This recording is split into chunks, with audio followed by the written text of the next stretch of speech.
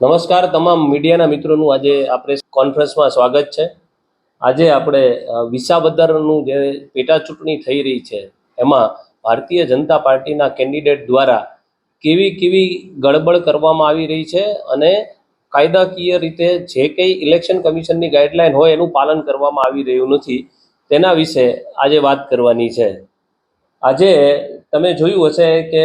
મીડિયાના મિત્રોને ખબર હશે કે જ્યારે એફિડેવિટ એટલે ફોર્મ નંબર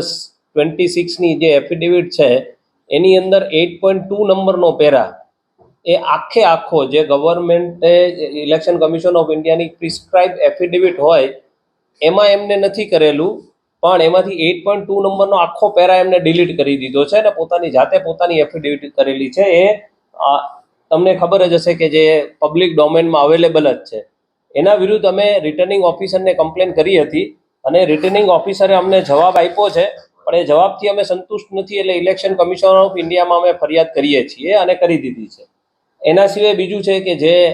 એફિડેવિટની અંદર ફોર્ચ્યુનર કાર જે બીજેપીના કેન્ડિડેટ કિરીટભાઈ પટેલની છે GJ18BG1602 એ એમને એફિડેવિટની અંદરથી છુપાવેલી છે,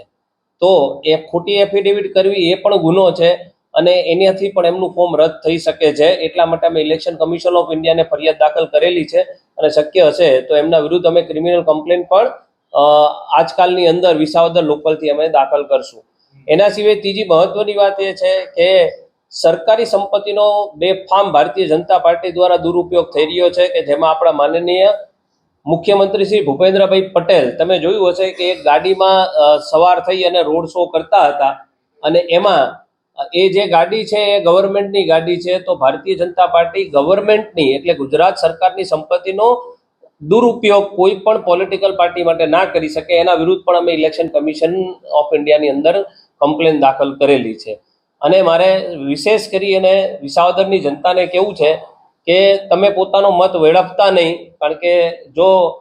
આમનું નોમિનેશન રદ જ થવાનું છે અને જો માની લો કે કદાચ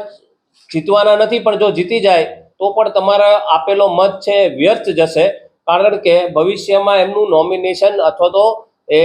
જીતીને આવશે તો એમની ડિસ્ક્વોલિફિકેશનની પ્રોસેસ થવાની છે। એટલે વિસાવદરની જનતાને વિનંતી છે કે તમે પોતાનો મત વેડફતા નહીં અને માનનીય શ્રી ગોપાલભાઈ ઇટાલિયાને મત આપી અને તમારું અને તમારા વિધાનસભામાં મજબૂતાઈ રીતે કોઈ તમારો રિપ્રેઝેન્ટેટિવ આવે એટલા માટે ગોપાલભાઈ ઇટાલિયાને જીતાડવા વિનંતી છે। રણભાઈ, ફ્રી ફેર ઇલેક્શનની વાત ઇલેક્શન કમિશન દ્વારા કરવામાં આવે છે એટલે કોઈ પણ ડર વગર ઇલેક્શન કમિશનમાં જે રહેલા જે અધિકારીઓ કર્મચારીઓ હોય એ કામ કરે, તો તમને લાગે છે કે ભૂતકાળમાં વિપક્ષના જે કોઈ ઉમેદવારો હોય તેમના ફોર્મ રદ થયા પણ જોયા છે, પરંતુ સત્તાપક્ષના જ્યારે ઉમેદવાર આવી ભૂલો કરતા હોય, આટલી ગડબડો થતી હોય તો કાર્યવાહી નથી થઈ રહી જેવી હોવી જોઈએ, તમે શું માનો છો ઇલેક્શન કમિશનના આ દાવો? સ્પષ્ટપણે દેખાઈ આવે છે કે election commission of India Bharatiya Janata પાર્ટીના દબાણમાં અને વશમાં આવીને કામ કરે છે। સરકારી કર્મચારી છેક નીચા લેવલનોથી માંડી અને ઇલેક્શન કમિશન ઓફ ઇન્ડિયાના કમિશનર સુધી તમામ લોકો,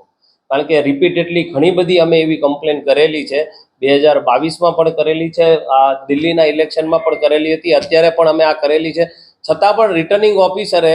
બરાબર આનું ફોર્મ રદ જ થવું જોઈએ કિરીટભાઈ પટેલનું, છતાં પણ એમને ફોર્મ રદ ના કર્યું। હા, અમને એવી જાણવા પણ મળ્યું છે કે એમને એવું છે કે ના વાત તમારી સાચી છે, પણ હવે અમારે દબાણમાં છીએ, એટલે ભારતીય જનતા પાર્ટીની ખૂબ જ દાદાગીરી સરકારી તંત્ર ઉપર ચાલે છે અને ઇલેક્શન કમિશન ઓફ ઇન્ડિયા ઉપર ચાલે છે। રિસ્પોન્સ મળી રહ્યો છે ઇલેક્શન કમિશન તરફથી? તમે જે રજૂઆતો કરી છે એટલે ફરી જવાબ જે મળવો જોઈએ તમને જે ના, અત્યાર સુધી તો અમારી કમ્પ્લેન એમને રિસીવ થઈ છે, એનું રિસીવનો મેલ આવેલો છે, પણ હજી સુધી એના ઉપર કંઈ એમને એક્શન લીધા છે અથવા તો અમને કંઈ રિપ્લાય સબમિટ કરાવ્યો નથી। માની લો કે ઇલેક્શન કમિશનમાંથી તમને ન્યાય નહીં મળે તો પછી આગામી દિવસોમાં હાઈકોર્ટ કે પછી સુપ્રીમ કોર્ટ તરફ જવાની તમારી તૈયારી? એટલે અમારી પાસે એક જ રેમેડી બચે છે કે હાઈકોર્ટની અંદર અમારે ઇલેક્શન પિટિશન ફાઇલ કરવી પડશે, અથવા તો ઇલેક્શન જો